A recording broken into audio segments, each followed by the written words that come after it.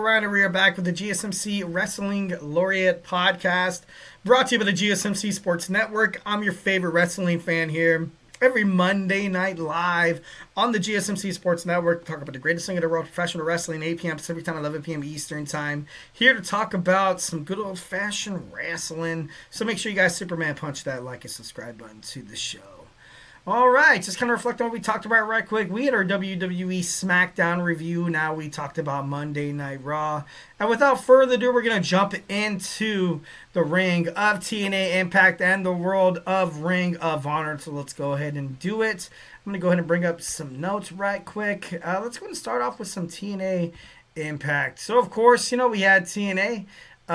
Joe Hendry came out with an Encore Championship concert, which is great. I gotta be honest, I do love myself some Joe Hendry. Say his name and he appears.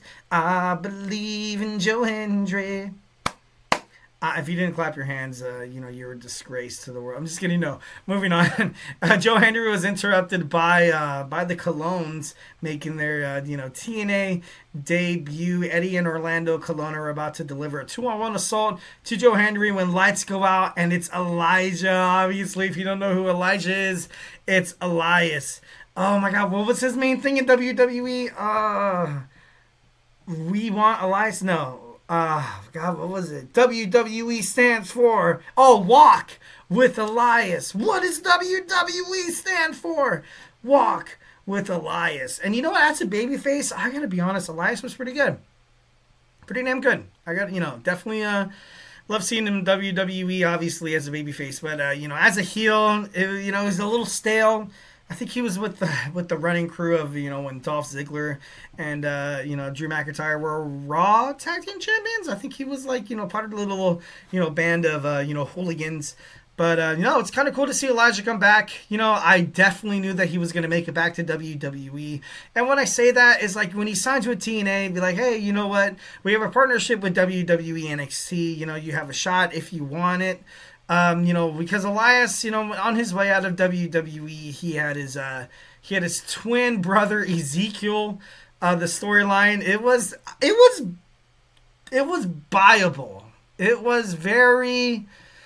He was a likable, Ezekiel was a likable, subject. He was a likable, face.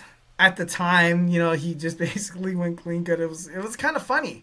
No, but he was actually very elusive. He was very elusive, very electrifying. I love Ezekiel. I would, definitely would love to see him come back to, WWE or see him make a TNA debut instead of this guy, Elijah. What's with the E, though? I got to be honest. That's, kind of crazy. Director of Authority, Santina Marella, keeps the surprise going. Tonight's main event is going to be Joe Hendry and Elijah taking on the Colognes.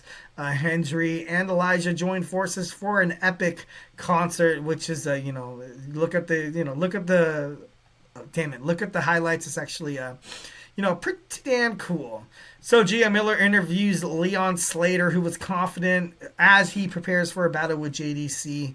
I love Leon Slater. I really honestly hope that he is going to be a future, NXT. He's going to be a future X Division champion. He definitely has all the know-how. He has all the know-how. I would honestly wouldn't. I feel like he deserves it more than Moose, of the system. But it was kind of cool to see Moose on NXT on Tuesday, representing the system and JDC. But, I want the X Division to be like, maybe I'm too attached to this idea that X Division superstars are kind of like, I kind of compared them to like cruiserweights on steroids or something like that. Like when you think of X Division, you think of back then with Christopher Daniels, with AJ Styles and like Jay Lethal, and like now it's not really that way anymore. And I feel like it kind of cripples a lot of these superstars who could definitely be in that picture. Next, we have the Rascalz battle NXT's Tyson and Tyreek. I was happy to see the Rascalz win. I got to be honest, with Ace Austin. Wesley, I'm not digging the hairdo. I'm not digging the wardrobe change. I feel like he would have made more of an impact inside of NXT and TNA if he just would have stayed the same. But then again, just come off a little bit more cocky than he actually is. But the fact that I feel like, not that he's trying too hard. I'm not gonna say that about Wesley. Not that he's trying too hard to be this total heel, to be this total arse, but I don't know. I just, I wanted to see him eventually kind of get back into that NXT North American, division as a baby face. Maybe I'm just so upset about, how he turned his back on, Trey Miguel and Zachary Wentz. Maybe I'm just still upset with that. But, Tyson and Tyree and Wesley get the L. It's cool to see my boy Ace Austin and the Rascalz get into the win column, which is pretty bad ash. All right, so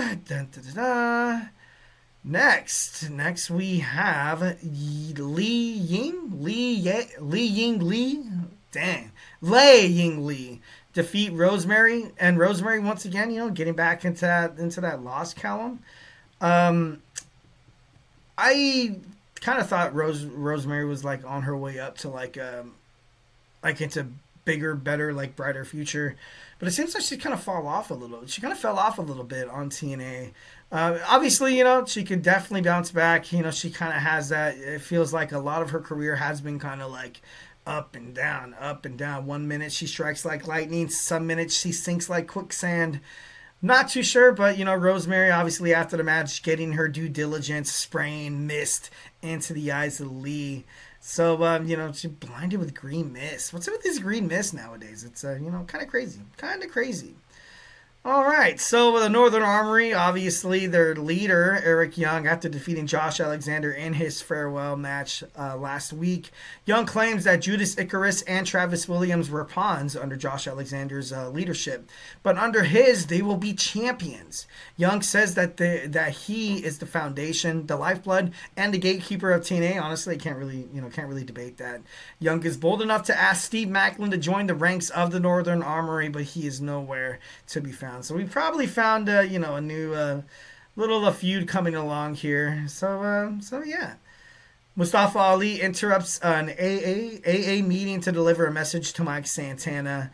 Not really sure what comes out of that one, but the System's JDC collides with Leon Slater, getting the dub.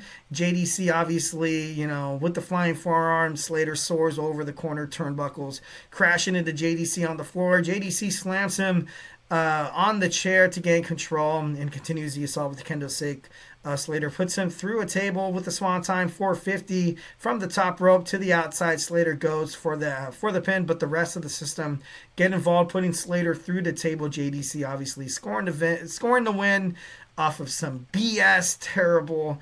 Absolutely terrible, The System, looked to add insult to injury. When the TNA World Tag Team Champions, the Hardys, try to stick up for a friend, then the NXT Champion, Oba Femi, crosses the line to even the odds. Femi single-handedly takes out the System as the X Division Champion Moose retreats. Which is pretty badass. Director of Authority Santino Morella announces next week on Impact it will be the System versus the TNA World Tag Team Champions, the Hardys, and the NXT Champion Oba Femi in a 6-man tag match. Super badass. Can't wait for that. Tessa Blanchard is going to be in action for the first time in 4 years.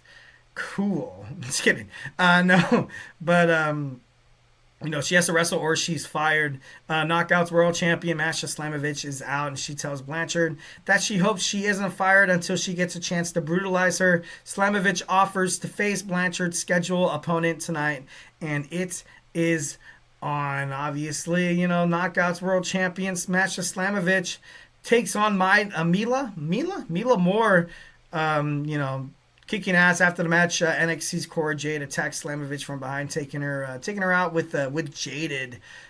Jade goes face to face with Blanchard on her way up to the ramp, maybe potentially heading up to a triple threat match. That would be pretty damn cool. Heading toward Sacrifice March 14th. That would be pretty badass. Director of Authority Santino Morella and the liaison between NXT and TNA, Ariana Grace, announced that on March 14th at TNA Sacrifice it will be Knockouts World Champion Masha Slamovich defending her title against NXT's Cora Jade. So that's going to be a good one. Can't wait to see what that is all about. Ryan Nemeth announces that his big brother Nick Nemeth will return from suspension in 22 days at TNA Sacrifice. But I think didn't Nick? I feel like Nick participated. He participated in that Abu Dhabi, not in Abu Dhabi, but I think it was Saudi Arabia. I think they were doing like a wrestling event out there, and he was doing that. So I think that's the reason why he's taking some time off. TNA World Champion Joe Hendry and Elijah obviously defeating the Colognes. Not really, everybody kind of knew that was going to happen. I do love Joe Hendry, though. Would love to see him on WWE NXT once again. But what he's doing on TNA is actually pretty damn badass. So all in all, I feel like that's, super damn cool. All right, running short of this segment, let's go and blast on through some Ring of Honor Club. We had Wheeler Yuta defeating Fuego de Sol. Abaddon defeats Rachel Ellering.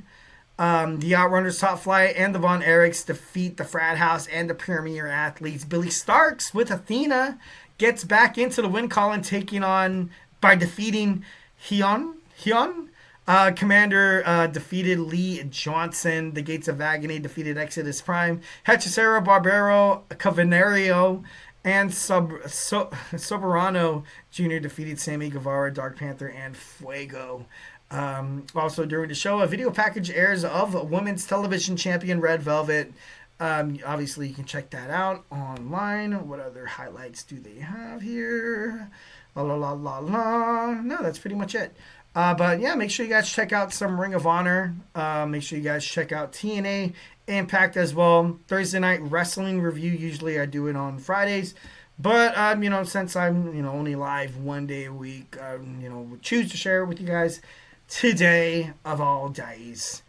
All right, so without further ado, let's go and move on to our fourth segment. We got Michael Cole on Impulsive. Obviously, that's the podcast hosted by Logan Paul. We're going to talk about that when we come back. So grab your favorite snack, grab your favorite ice cold beverage. Join me here in about 20 seconds. So, hey, do not go anywhere.